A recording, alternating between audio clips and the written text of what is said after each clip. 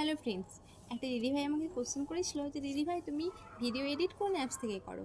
তো আমি তাকে বলেছিলাম যে ইনশট থেকে। তখন সে আমি বলেছিল যে তাহলে ইনশট থেকে করো, তোমার ওই লোগোটা তো দেখা যায় না মানে অ্যাপসের, তো আমাদের কেন দেখা যায়?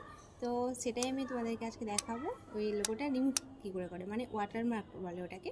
তো এটা রিমুভ কী করে করে আমাদের মধ্যে অনেকেই জানি, যারা নতুন একদমই তারা হয়তো জানে না।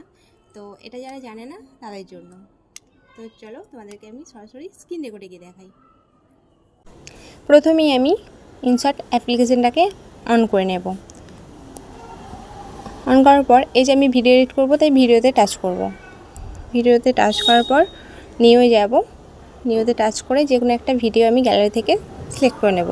তো এই একটা যে কোনো ভিডিও আমি সিলেক্ট করে নিলাম। তারপর দেখা যাবে ভিডিওর মধ্যে এই যে ইনসার্ট বলে লোগো যেটা দেখা যাচ্ছে, এটা আমি রিমুভ করব এখন। তো এইটা রিমুভ করার জন্য ওখানে টাচ করতে হবে।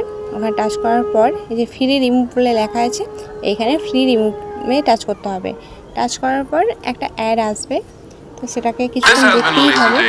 দেখার পর কয়েক সেকেন্ড পর সেটাকে আমরা ক্রস করে দিতে পারি, মানে স্কিপ করে দিতে পারি। এই যে ক্রস এসছে, এই ক্রসে টাচ করে আমি এটাকে স্কিপ করে দেবো। তারপর এই যে দেখো এখন আমার ওই লোগোটা কিন্তু নেই, মানে ওই ওয়াটারমার্কটা কিন্তু চলে গেছে, রিমুভ হয়ে গেছে।